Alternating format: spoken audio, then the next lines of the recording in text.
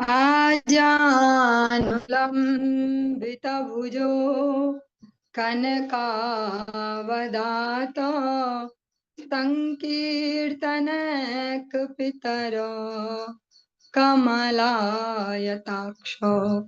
विश्वम्भरो द्विजवरो युगधर्मपालो वन्दे जगत्प्रियकरौ करुणावतारो।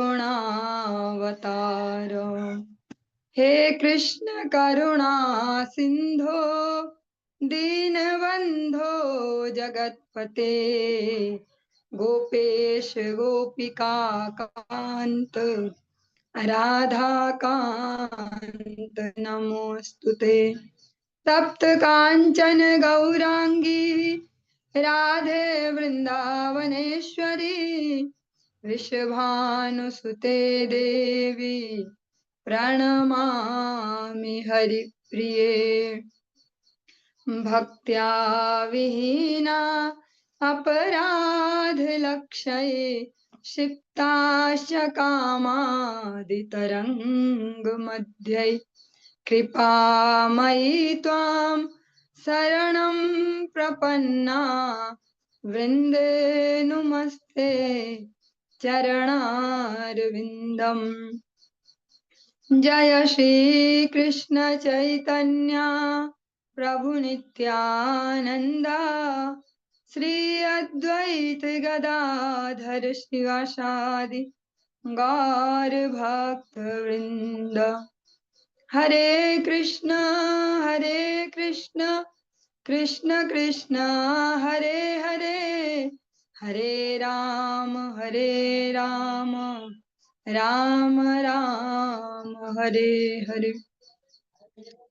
प्रथम भगवान के अभिन्न प्रकाश विग्रह संबंध ज्ञान प्रदाता श्री गुरुपाद पद्म पूज्यपाद दंडी स्वामी अष्टोत्तर सत श्री श्रीमद भक्ति प्रसाद विष्णु गोस्वामी गुरुदेव महाराज के पावन श्री चरण कमलों में असंख्य कोटि दंडवत ज्ञापित करते हुए उनकी अहेतु की कृपा प्रार्थना करती हूँ।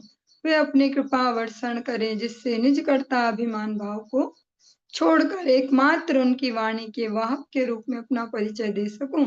परम गुरुदेव नित्य लीला पृष्ठों विष्णुवास श्रीमद भक्ति दयित माधव गोस्वामी महाराज परमेष्ठी गुरुदेव जगत गुरु भक्ति सिद्धांत सरस्वती गोस्वामी ठाकुर प्रभुपाद व समस्त गुरु परंपरा जयुक्त हो। सपार्षद श्रीमन नित्यानंद प्रभु श्री गौर हरि वृंदावन बिहारी श्री राधा गोपीनाथ भगवान जयुक्त हूँ। वे हम सभी पर अपनी कृपा वर्षण करें जिससे भगवान के पवित्र नाम और हरि गुरु वैष्णव सेवा में हम सभी की रुचि उत्पन्न हो सके। इन मंगलमयी सेवाओं से हमारी मति स्निग्ध हो सके। आज हम श्रवण करेंगे ग्रंथराज श्रीमद् भागवतम के अंतर्गत दसम स्कंद और चतुर्दश 14वां अध्याय और उसमें 51वें श्लोक से आज हम प्रारंभ करने जा रहे हैं। ओम नमो भगवते वासुदेवाय ओम नमो भगवते वासुदेवाय ओम नमो भगवते वासुदेवाय। आज कल हम सभी ने श्री नृसिंह चतुर्दशी भगवान की एक दिव्य आविर्भाव की तिथि का पालन किया और आज श्री बुद्ध पूर्णिमा तिथि है। आज भगवान जो है उनका प्रकटोत्सव होता है। तद राजेंद्र यथा स्नेह स्वास्वाकात्मनि देहिनाम न तथा ममतालंबी पुत्र वित्त गृहादिषु। अतएव जो हम हमने लास्ट टॉपिक श्रवण किया उसमें हमने सुना परीक्षित महाराज जी क्वेश्चन पूछते हैं प्रैक्टिकल सा जो आ सकता है किसी के भी माइंड में कि अरे ऐसा कैसे हो सकता है, गाय अपने बछड़े से ज्यादा किसी और मनुष्य के बच्चे को कैसे प्रेम कर सकती है। हाँ, कोई मनुष्य अपने बच्चे को छोड़कर वो भी माँ वो दूसरे के बच्चे से ज्यादा प्रेम कैसे कर सकती है। ऐसे प्रैक्टिकल क्वेश्चनिंग परीक्षित महाराज जी करते हैं। वो हाँ जी वाले श्रोता नहीं है। वे जानना चाहते हैं इसको वास्तव में। तो सुखदेव गोस्वामी जी कहते हैं कि वास्तव में सब अपने आप से ही प्रेम करते हैं और अपने आप के प्रेम के वजह से अन्यों से प्रेम करते हैं। इस श्लोक में सुखदेव गोस्वामी जी कहते हैं, अतएव इसलिए हे राजाओं में श्रेष्ठ देहधारी जीव आत्म केंद्रित होता है। वह संतान, धन तथा घर इत्यादि वस्तुओं की अपेक्षा अपने शरीर तथा अपनी ओर अधिक आसक्त होता है। जब हम इसको श्रवण करते हैं तो थोड़ा सा अनइजीनेस भी आ सकती है कि भैया ऐसे कैसे बोल रहे हैं, इतना बड़ा जो सीक्रेट है उसको ऐसे ओपनली कैसे बता सकते हैं, क्योंकि इसको तो हम स्वयं भी अनुभव नहीं करते। हम सब इसी भावनाओं से ग्रसित हैं पर हम स्वयं भी नहीं जानते ये। हम भी बड़े बड़े दावे करते हैं कि भैया इसके लिए प्राण दे सकते हैं, उसके लिए दे सकते हैं, इनके लिए मर रहे हैं हम रात दिन, ऐसा ऐसा ऐसा हमें भी लगता है। गलत फहमी के शिकार हम स्वयं भी होते हैं। पर सुखदेव गोस्वामी जी जैसे परमहंस जो है वे ही वास्तव में इन सत्यों को समझ सकते हैं। हमें लग सकता है कि भैया साधुओं को ग्रस्तों के जीवन के बारे में क्या पता, हाँ क्या क्या जीवन होता है ग्रस्तों का, लेकिन वो उनसे एक लेवल ऊपर है तो वे सब जानते हैं। और जो वास्तव में नहीं जानते, केवल वेश धारण करते हैं, तो वे फिर अपने आश्रम में भी ठीक से टिक नहीं पाएंगे। सुखदेव गोस्वामी जी कहते हैं कि जो भी देहधारी जीव हैं वे आत्म केंद्रित होते हैं, अपने आप को ही सबसे ज्यादा प्रेम करते हैं, अपनी ही सबसे ज्यादा चिंता करते हैं। जो दिखता है हमें ऐसा ऐसा दिखता है, जो लगता है ऐसा कि संतान, धन, घर, इन इनमें जो वो आसक्ति है, लेकिन उन सब आसक्तियों में सर्वश्रेष्ठ आसक्ति होती है अपने से, अपने इस शरीर से और स्वयं की इच्छाएं, स्वयं का जो भी सोचना उससे। क्योंकि यही तो हमारे मेन रीजन बनता है किसी भी रिलेशनशिप में जो किच शुरू होती है, क्योंकि मुझे ऐसा ठीक नहीं लगता जी, मैं तो ऐसा सोचता हूँ, मैं ऐसा सोचती हूँ, मुझे बिल्कुल पसंद नहीं है ऐसा। तो फाइनली वो मुझे वाली फीलिंग ही सारी रिलेशनशिप के बीच में आती है, जहां जहां भी क्लेश होता है। सुखदेव गोस्वामी जी इसको कहते हैं देहात्मवा देहात्मवादिनां पुंसाम अपि राजन्य सत्तम यथा देह प्रियतमस् तथा न यनु ये चतम। हे राजाओं में श्रेष्ठ, जो लोग शरीर को ही अपना सर्वस्व मानते हैं उनके लिए वे वस्तुएं जिनका महत्व शरीर के लिए होता है कभी भी शरीर जितनी प्रिय नहीं होती। और इसमें वो एक कैटेगरी बताई गई जो जिनमें देहात्म बुद्धि सबसे ज्यादा होती है, सबसे ज्यादा होती है मीन्स जो इस प्रकार से कॉन्शियसनेस होती है जिनकी अपनी सेहत ऐसी, अपने ये चमक दमक ऐसा ऐसा, वो जो ज्यादा उसमें आसक्त रहते हैं शरीर में ही, बस मैं बुद्धि करते हैं कि मैं यही हूँ बस। उनके लिए उससे अधिक महत्व किसी अन्य पदार्थ का नहीं होता। इसके अनेक अनेक एग्जाम्पल आप आए दिन देखते आ रहे हैं और देखते रहेंगे। हाँ, और सुंदर दिखने के लिए अलग अलग प्रकार के सर्जरी मनुष्य करवाते हैं। कोई होंठ पतले करवा रहे, कोई नाक नुकीली करवा रहे, कोई ऐसा करा रहे, कोई फेस टाइट करवा रहे, कुछ इंजेक्शन ठुकाए तो झुर्रियां चली जाएंगी, टाइट हो जाए स्किन, ऐसा ऐसा सब चलते ही रहता है। तो आज के समय में इन श्लोकों को समझना ज्यादा मुश्किल नहीं है। देहो अपि ममता भाक चेत्य यशोन्नात्मवत् प्रियः यज्जीर्यत्यपि देहेऽस्मिन् जीविताशा बलीयसी। यदि मनुष्य शरीर को मैं न मानकर मेरा मानने की अवस्था तक पहुंच जाता है तो वह निश्चित रूप से शरीर को अपने आप जितना प्रिय नहीं मानेगा। यही कारण है कि शरीर के जीर्ण शीर्ण हो जाने पर भी जीवित रह जाने की आशा प्रबल रहती है।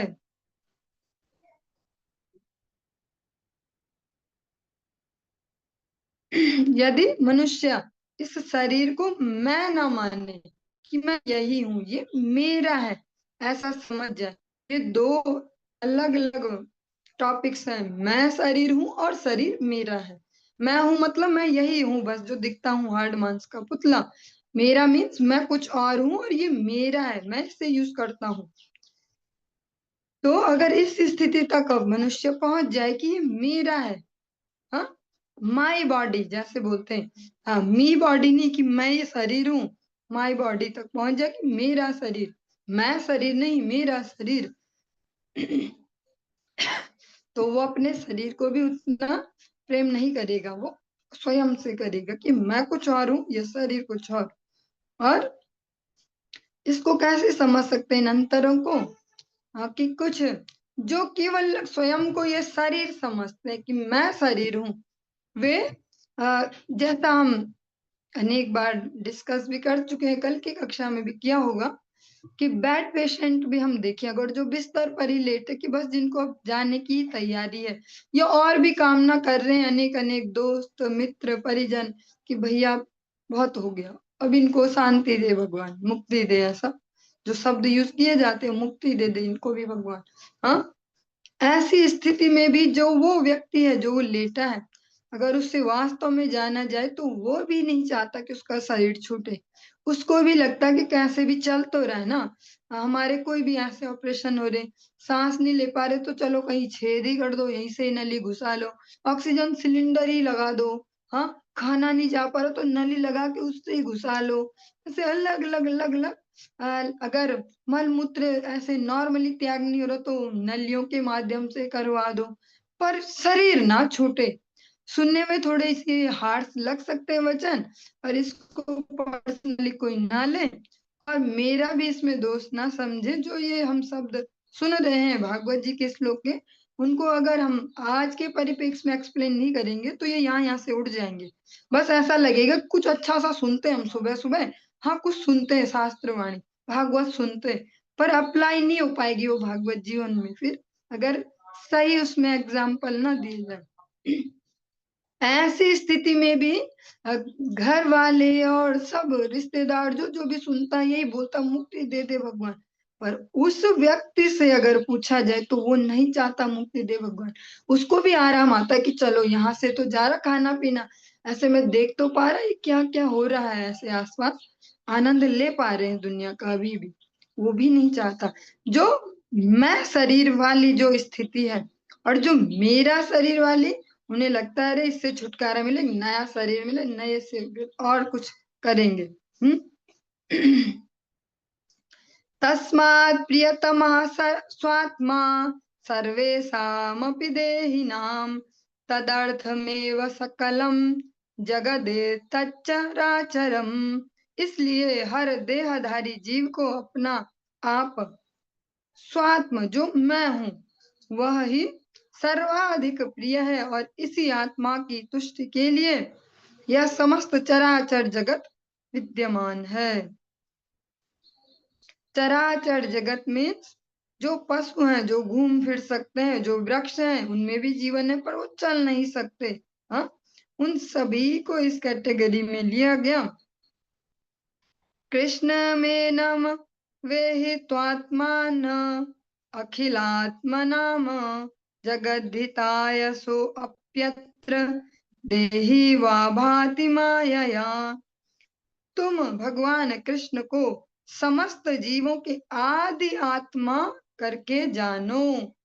वे अपनी अहेतुकी कृपावश समस्त ब्रह्मांड के लाभ हेतु सामान्य मानव के रूप में प्रकट हुए हैं। ऐसा उन्होंने अपनी अंतरंगी शक्ति के बल पर किया है। सुखदेव गोस्वामी जी क्या चाह रहे हैं कि परीक्षित जी क्या समझे इस टॉपिक के विषय में? कहते हैं तुम्हें कौन से एंगल से सोचना है, हाँ, उनको एंगल दे रहे कि सोचना किस एंगल से, आपको कैसे समझना है कि जो वास्तव में मेरी एग्जिस्टेंस है वो भगवान कृष्ण की वजह से, वो ही हम आत्माओं की भी आत्मा हुए हैं। अगर वे किसी जीवात्मा का साथ छोड़ देते हैं तो वो जीवित रहते हुए भी मृत प्राय है।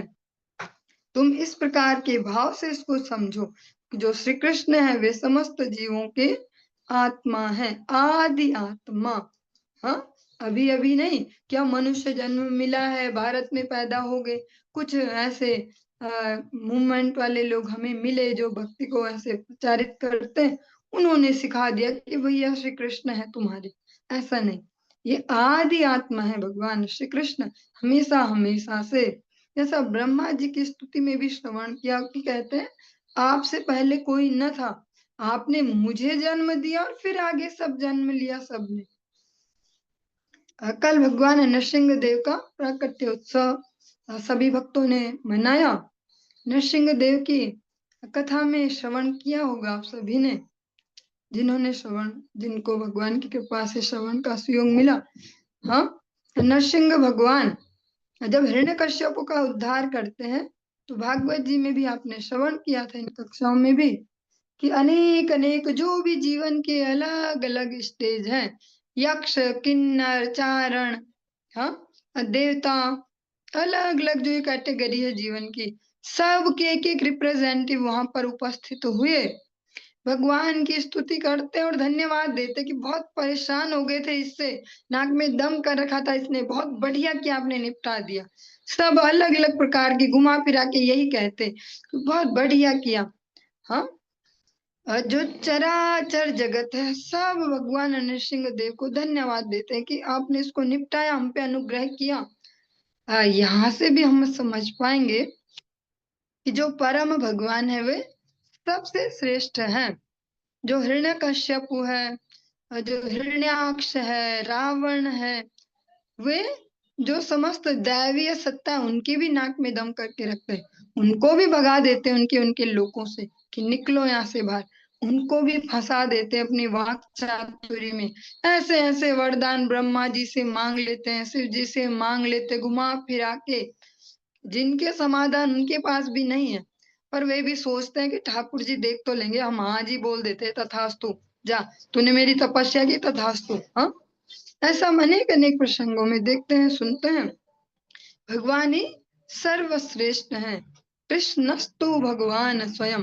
ब्रह्मा जी अपने मुख से भी कहते हैं कि आपने मुझे जन्म दिया और फिर मैंने आके इनको सृष्टि किया, और मैं भी आपका कुछ नहीं जानता, ना आदि न मध्य न अंत। अगर मैं अपनी बात करूं तो मेरी बुद्धि में आप नहीं समा पाते हो। आपका जो ऐश्वर्य, मेरी बुद्धि, मेरी इंद्रियां इन सब से परे है।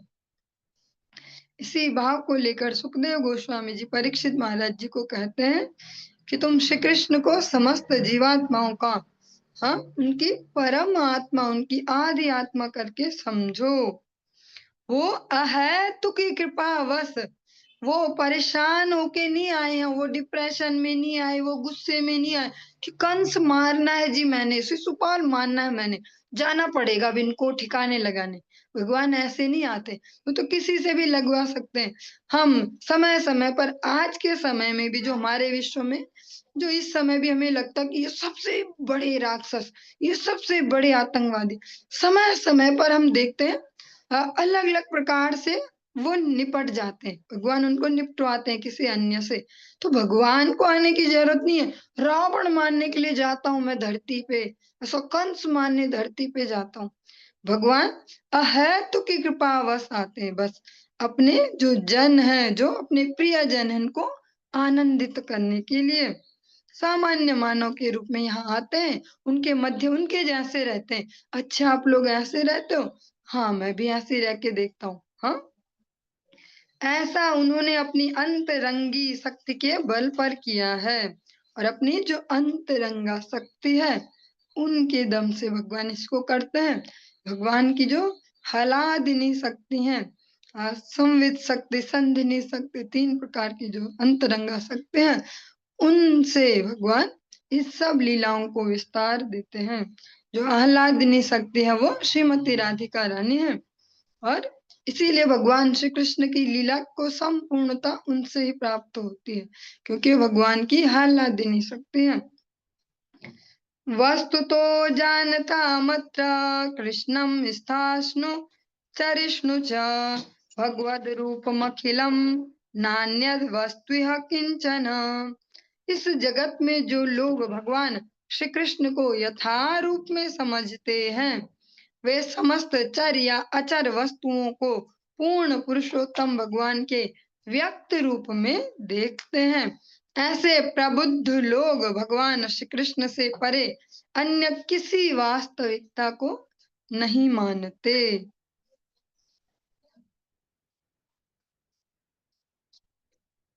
सर्वेषामपि वस्तूनां भावार्थो भवति स्थितः, तस्यापि भगवान् कृष्णः किम तद्वस्तुरूप्यताम्। भौतिक प्रकृति का मूल अव्यक्त रूप समस्त भौतिक वस्तुओं का स्रोत है, और इस सूक्ष्म भौतिक प्रकृति के स्रोत तो पूर्ण पुरुषोत्तम भगवान श्री कृष्ण है, तो भला उनसे पृथक किसको कहा जा सकता है। समाश्रिता ये पद पल्लव प्लवम महत्पदम पुण्य यशो मुरारे, भवाम बुधिर्वत्स पदम पदम पदम परम पदम पदम पदम यद विपदाम न तेषाम। दृश्य जगत के आश्रय एवं मुर राक्षस के शत्रु मुरारी के नाम से प्रसिद्ध श्री भगवान के चरण कमल रूपी नाव को जिन्होंने स्वीकार किया है, उनके लिए यह भौतिक जगत रूपी सागर बछड़े के खुर चिन्ह में भरे जल के समान है। उनका लक्ष्य परम पदम अर्थात वैकुंठ होता है, जहाँ भौतिक विपदाओं का नामो निशान नहीं होता, न ही पग पग पर कोई संकट होता है। जो मुरारी भगवान के चरण कमलों को नाव रूप में स्वीकार करते हैं कि हाँ, इन चरण कमलों पर ही आश्रित हैं हम, उनके लिए जो भौतिक जगत है, आप इससे पहले भी अनेक अनेक प्रसंगों में इस भागवत जी में इस वाक्य को सुन चुके हैं। जो भगवान के श्री चरणों का आश्रय लेते हैं, उनके लिए ये भौतिक सागर जो है, भव सागर, बहुत बड़ा समुद्र, वो जिसको कोई पार नहीं कर सकता, समुद्र कोई तैर के ऐसे पार नहीं कर सकता, या एक लांग के पार नहीं कर सकता। वो हनुमान जी कर सकते हैं, हाँ, जलधि लांग गए अचरज नाई, पर प्रभु मुद्रिका मेल मुखमय, भगवान के नाम को अपने मुख में धारण करके लांग सकते हैं। यही यहाँ पर भी श्रवण करते हैं। जो परम भगवान को सरेंडर करते हैं, उनके लिए ये भव सिंधु, बछड़ा, छोटा सा बछड़ा, उसके छोटे छोटे पैरों और उनसे छोटा सा और भी छोटा जो खड्डा हो जाए, उसमें भी जो थोड़ा सा जल भरा हो, उसको जैसे पार करना, वो ऐसा उनके लिए भव समुद्र हो जाता है। उनका लक्ष्य परम पदम अर्थात वैकुंठ होता है, जहाँ भौतिक विपदाओं का नामो निशान नहीं होता। हाँ, उनका जो लक्ष्य है, जो फाइनल गोल है, वो क्या है? भगवान का परम धाम।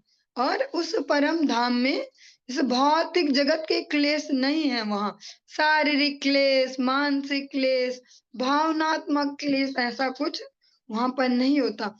और ना हर पग पग पर संकट होता है। ऐसा क्यों कहा? क्योंकि जहां अभी हम रह रहे हैं, अश्वाश्वतो दुखालयम अनित्यम असुखम लोके, यहाँ प्रैक्टिकली हर पग पग पर नए संकट है। इसको हम अपने जीवनों में कैसे देख सकते हैं? हर दिन के लिए हमारे पास कुछ नया टारगेट है, आज ये है, आज वो है, मतलब कोई दिन खाली नहीं है। ऐसा कौन है जिसको ये ड्यूटी दी गई है कि भैया भेजो, रोज सबकी ऐसे वो करते रहो, सबको देखो, चेकिंग करो, अच्छा उसका वो निपट गया, उसका अब ये भेज दो, इसका ये निपट गया, अब ये भेज दो। जो हर दिन ऐसे टारगेट लेके समस्याएं भेजते हैं, हाँ, जो ये सिस्टम है, वो भगवत धाम में नहीं है।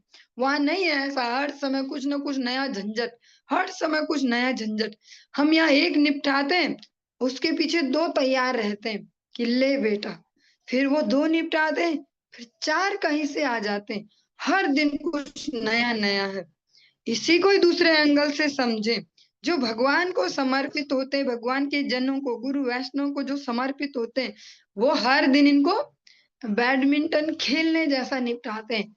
एक नई समस्या मारा शॉट ऐसे, कैसे?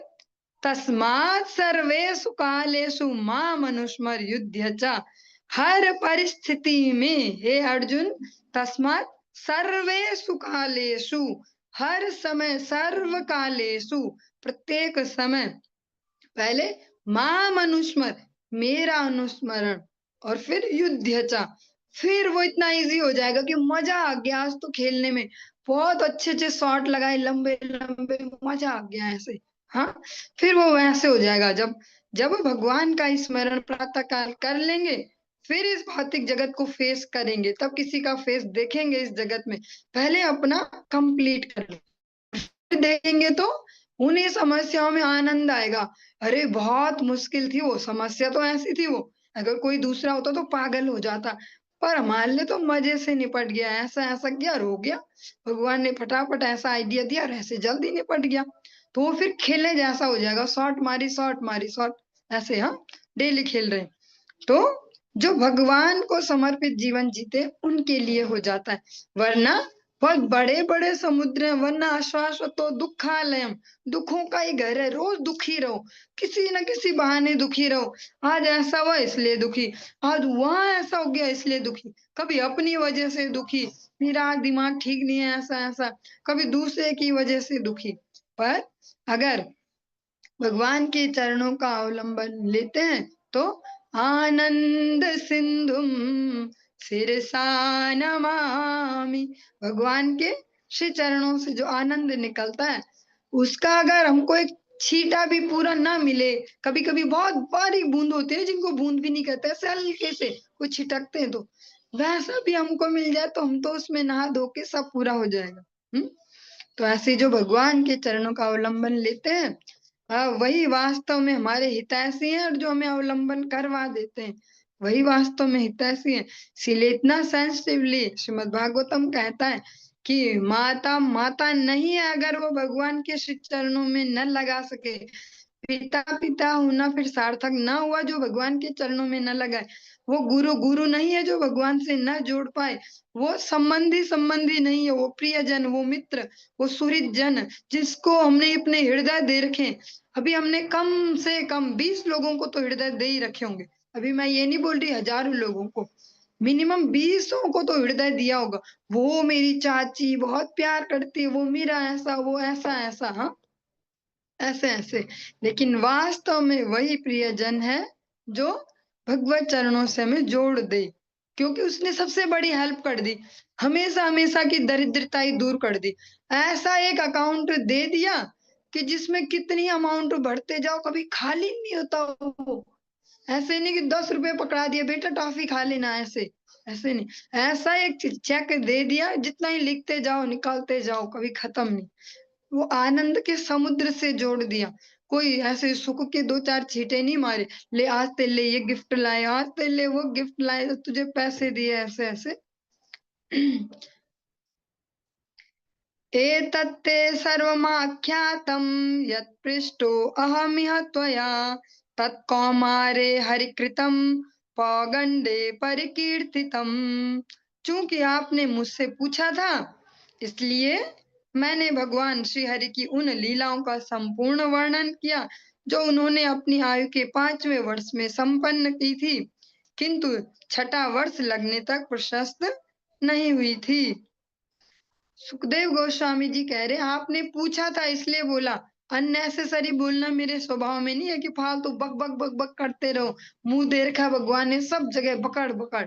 हाँ, मैं तो सरलता से आगे चल रहा था, आपने ही बोला कि अच्छे से सुना उनकी लीलाएं, क्या क्या लीलाएं की, इसलिए मैं इसको ऐसे सुना रहा हूँ। और ये अभी तक जो लीला है वो अभी भगवान छठे वर्ष में नहीं है, अभी 5 वर्ष तक के हैं, तब हमने इतना सुन लिया, पूतना निपटाया, अघासुर निपटाया, बकासुर निपटाया, सकटासुर निपटाया, हाँ प्रलंबासुर निपटाया, ऐसे, और तूफान वाला जो होता तृणाव्रत निपटाया, भगवान ने इतने निपटा दिए, अभी 5 साल के हुए बस, ब्रह्मा जी भी निपटा दिए, अभी भगवान 5 साल के, 6 साल के भी नहीं हुए अभी कि स्कूल भेजने लायक हो गए जी, या फर्स्ट क्लास में जा सकते हैं, हाँ पहली में जा सकते हैं, अभी इतने भी नहीं हुए भगवान, इसीलिए वे भगवान हैं।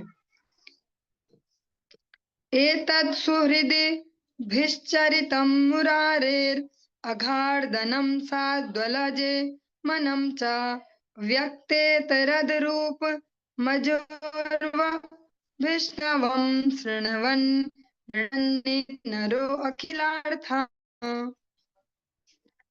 भगवान मुरारी द्वारा ग्वाल वालों के साथ संपन्न की गई इन लीलाओं को यथा अघासुर वध, जंगल की घास पर बैठकर भोजन करना, श्री भगवान द्वारा दिव्य रूपों का प्राकट्य तथा ब्रह्मा जी द्वारा की गई अद्भुत स्तुति को जो भी व्यक्ति सुनता है या उनका कीर्तन करता है, उसकी सारी आगे क्या सुनना चाहेंगे आप लोग? सारी मनोकामनाएं पूरी होती हैं। पर इन दो शब्दों के सारी और मनोकामना के बीच में एक बहुत महत्वपूर्ण शब्द है, सारी आध्यात्मिक मनोकामनाएं अवश्य पूरी होती हैं। भौतिक नहीं, मैंने ये सुना ठाकुर जी ऐसा हो जाए मेरा, आध्यात्मिक मनोकामनाएं अवश्य पूरी होती हैं। एवं विहारः कौमारः कौमारं जहतुर्व्रजे नीलायनः सेतुबन्धैर्मर्कटोत्प्लवनादिभिः।